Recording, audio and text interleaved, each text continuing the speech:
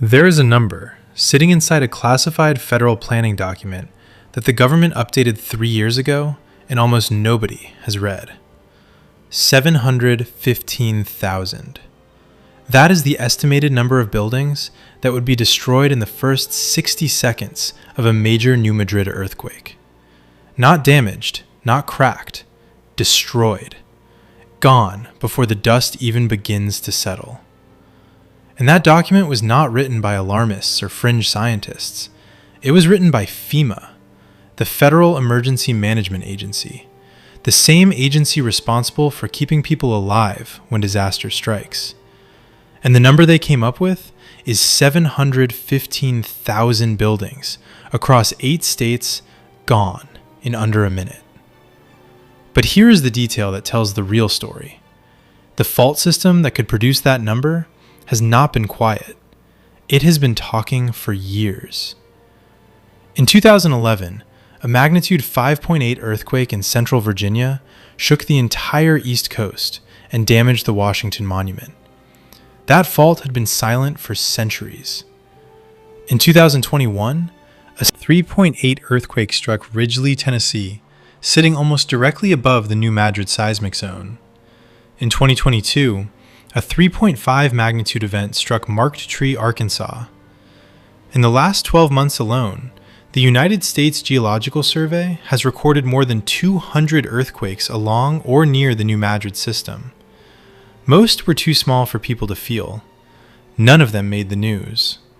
All of them were logged. And the zone that produced them is the same one that, 200 years ago, rang church bells in Boston, reversed the flow of the Mississippi River, and collapsed an entire section of American geography into a landscape that looked like the surface of another planet entirely. To understand what the New Madrid seismic zone actually is, you have to leave the coasts and go to the middle of the country.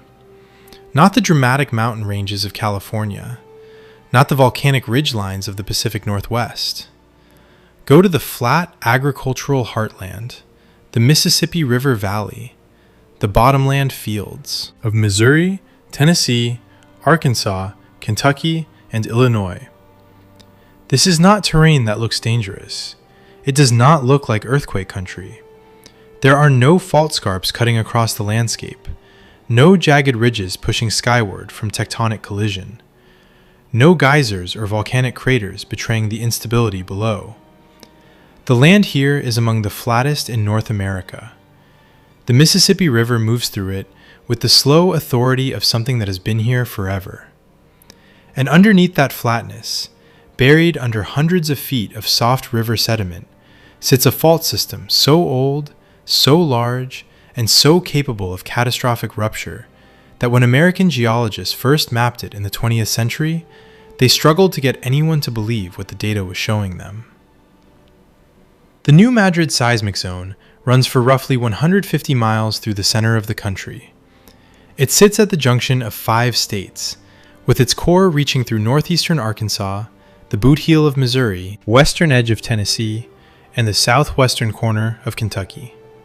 It follows an ancient failed rift, a place where the North American continent tried to pull itself apart more than 500 million years ago, almost succeeded, then stopped. The rift never closed.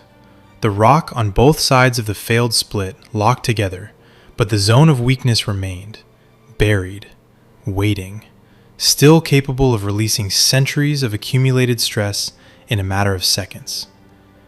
Here's the problem that is not making headlines. Every American has heard of the San Andreas Fault. Every California resident grows up understanding, at least loosely, that their state sits on an active seismic boundary. School drills, earthquake kits, retrofitted buildings, strict construction codes. The culture of earthquake preparedness in California is imperfect, but it exists. Now compare that to the New Madrid region.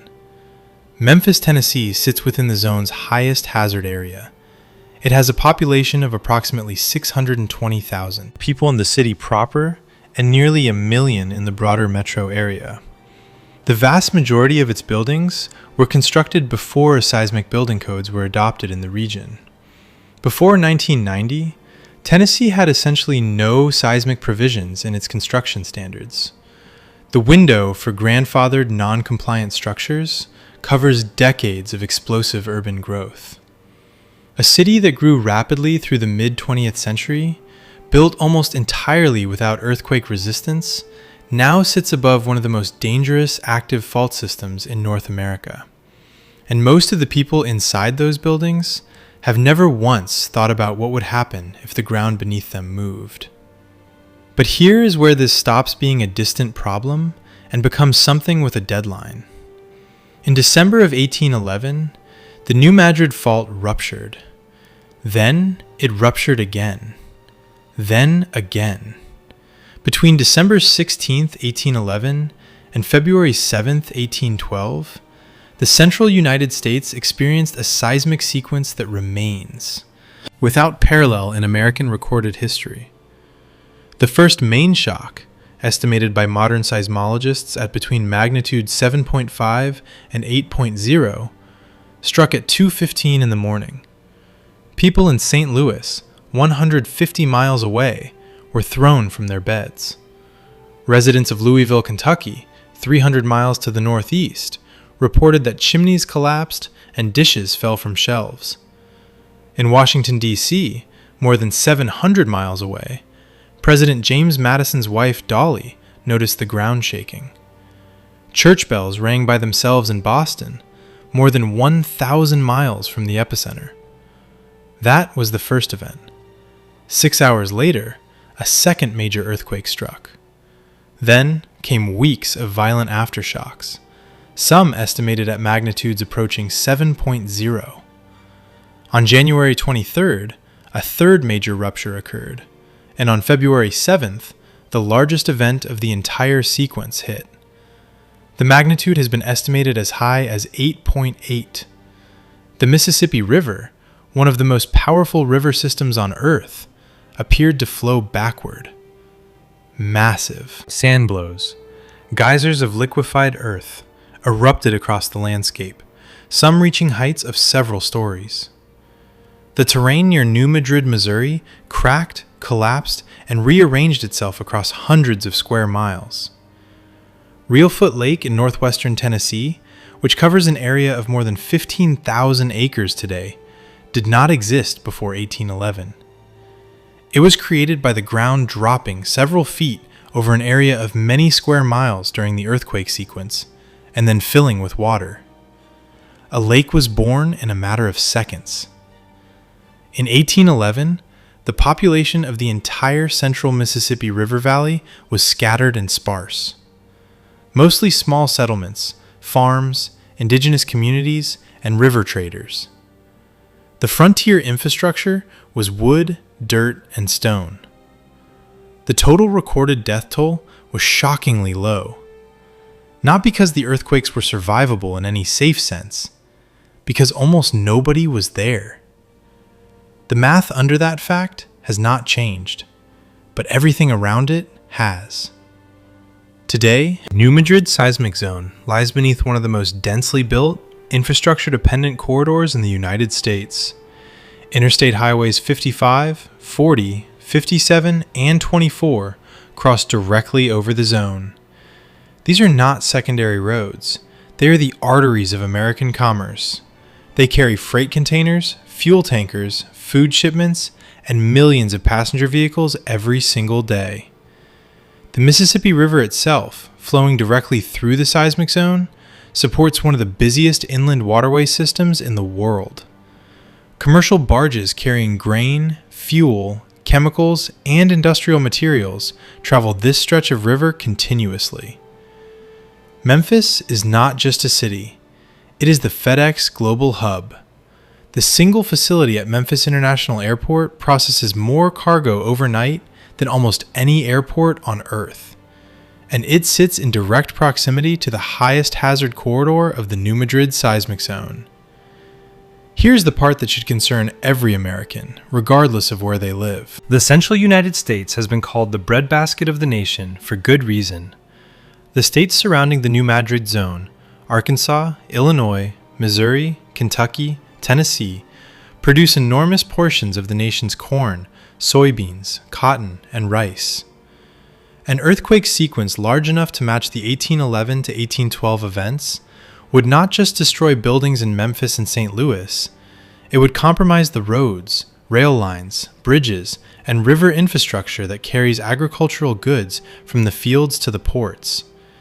It would isolate entire regions from supply chains. It would cut power to a grid that serves tens of millions of customers across multiple states. And the window for repair, according to a FEMA study known as the shakeout scenario for the central United States, is not days or weeks, it is months, possibly more than a year for full restoration of critical infrastructure. The bridge problem alone is staggering. There are more than 2,000 bridges in the New Madrid hazard zone. The majority were built before seismic engineering standards applied to this region. Modern seismic bridge design in the central United States only began to be implemented in earnest after the 1994 Northridge earthquake in California, which killed 57 people and destroyed billions of dollars of infrastructure, finally compelled national standards to be reconsidered. By that point, most of the bridges crossing the Mississippi, the Missouri, the Ohio, and the Tennessee rivers in the seismic zone were already decades old. A magnitude 7.7 earthquake, the scenario used in FEMA's planning documents, is projected to destroy or render impassable a significant portion of those structures. The Mississippi River crossings that connect the eastern and western United States would, in many scenarios, simply be gone. The underground infrastructure problem is even less visible and perhaps more serious. Memphis draws its water from a system of wells accessing the Memphis Sand Aquifer, one of the most productive freshwater aquifers in North America. It has served the city reliably for more than a century, but the aquifer sits beneath hundreds of feet of the same soft river sediment that makes this region particularly vulnerable to a phenomenon called liquefaction. When saturated sandy soil is shaken violently by seismic waves, it loses its structural integrity. It behaves less like solid ground and more like liquid. Foundations sink. Underground pipes break. The ground surface erupts with sand blows identical to what witnesses recorded in 1812. And water and sewer infrastructure buried in that soil, pipes that have no flexibility engineered into them whatsoever in older sections of the city, fails catastrophically. Memphis's water distribution system is not built for this. The age and material composition of the pipes means that even a moderate earthquake could rupture water mains across entire neighborhoods simultaneously. Clean water would disappear from taps at exactly the moment when tens of thousands of injured people need it most. This is where the compounding begins. Loss of water means loss of firefighting capacity. Memphis already runs a hospital infrastructure that geologists classify as highly vulnerable. Several of the major medical facilities serving the region were built before any seismic consideration entered local building code. These are the structures that would be receiving the injured at precisely the moment they are most at risk of failing themselves. Emergency responders would be operating in a city where roads are blocked, bridges are gone, water pressure is lost, hospitals are damaged, and communications infrastructure, cell towers and fiber buried in liquefied ground, is operating intermittently or not at all. And here is the broader failure that no policy conversation has yet honestly addressed. FEMA ran its planning scenario. The projections exist. The documents are publicly available for anyone willing to read them. And yet the retrofitting program for the New Madrid region remains woefully underfunded, inconsistently applied across state lines, and essentially invisible to the public. California spends billions annually on seismic safety programs. The New Madrid states combined spend a fraction of that. The reason is not ignorance at the technical level. The engineers and geoscientists who study this zone have been raising alarms for decades. The problem is political and economic. Retrofitting an old building is expensive. telling voters that the city where they live and work needs hundreds of millions of dollars in earthquake preparedness infrastructure for an event that has not happened in living memory is a difficult argument to win in any budget cycle. The logic of inaction is seductive because the fault has been quiet at the surface. But quiet at the surface means nothing when the stress is building invisibly below it. The United States Geological Survey's current national seismic hazard model gives the New Madrid seismic zone a 25 to 40% probability of producing a magnitude 6.0 or greater earthquake in the next 50 years. For a magnitude 7.5 or greater event, the kind that would begin to approach the 1811 sequence, the probability within the next century is not trivial. And 50 years is not a geological time frame. It is within the expected service life of every building, bridge, water pipe, and hospital currently standing in the hazard zone today. The children sitting in school buildings directly above the highest hazard corridor of the New Madrid seismic zone right now will likely still be alive when this probability window closes. Whether those buildings are standing will depend on decisions being made or not being made this decade. There is a second failure compounding the first that almost never appears in news coverage. The natural gas infrastructure threading through the New Madrid hazard corridor was not engineered for seismic movement. Pipelines running beneath the Mississippi River bottomlands, carrying fuel to homes and industries across the central and eastern United States, were buried in the same liquefaction-prone soils that would shear, shift, and buckle in a major event. A simultaneous rupture of multiple gas transmission lines in an urban area already compromised by collapsed structures and broken water mains is not just an infrastructure problem, it is a fire management catastrophe. Post-earthquake fires historically account for a significant portion of total damage in major seismic events. In the 1906 San Francisco earthquake, the fires that ignited in the aftermath destroyed far more of the city than the ground shaking itself. San Francisco in 1906 had a much smaller and less dense built environment than the Memphis metropolitan area has today. The firefighting resources available after a major New Madrid event would be overwhelmed within hours. Water pressure would already be gone. Roads would be blocked. And the soft sediment that defines this landscape, the same sediment that amplifies seismic waves and triggers liquefaction, would make even the ground emergency vehicles drive on unstable and unpredictable. The last piece of this picture is the one that most completely explains why the New Madrid seismic zone remains underprepared despite everything that is known about it. Memory, or rather, the absence of it.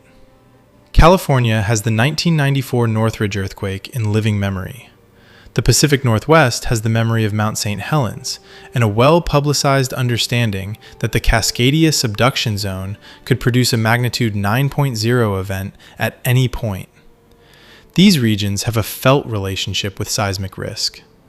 The last time the New Madrid zone truly ruptured at scale, Andrew Jackson had not yet been elected president. No one alive has felt what this zone can do. No image or video or survivor testimony carries the weight of that 1812 sequence into modern consciousness. The danger is real in the scientific record and invisible in the cultural one. An invisible danger does not generate funding, does not generate policy, and does not generate the kind of public urgency that could close the gap between what is known and what is being done about it. The USGS knows. FEMA knows. State geologists across 8 states know. The academic literature is not ambiguous on the hazard. What is missing is the translation of that knowledge into action before an event that cannot be undone makes the action irrelevant. In 1812, a lake appeared where there had been no lake. The Mississippi River ran backward for a matter of hours. Church bells rang on the other side of a continent. The ground itself became water. The only reason fewer than 100 people died is that the land was almost empty. The land is no longer empty. The fault has not changed. The stress does not care about city limits or infrastructure age or budget cycles or the simple human preference for believing that what has not happened recently cannot happen soon. The rock beneath Memphis and St. Louis and 8 American states is under the same pressure it has been under for 2 centuries, pressing against the same locked surfaces, building toward the same release. The question is not whether that release comes. The question is, what is standing above it when it does?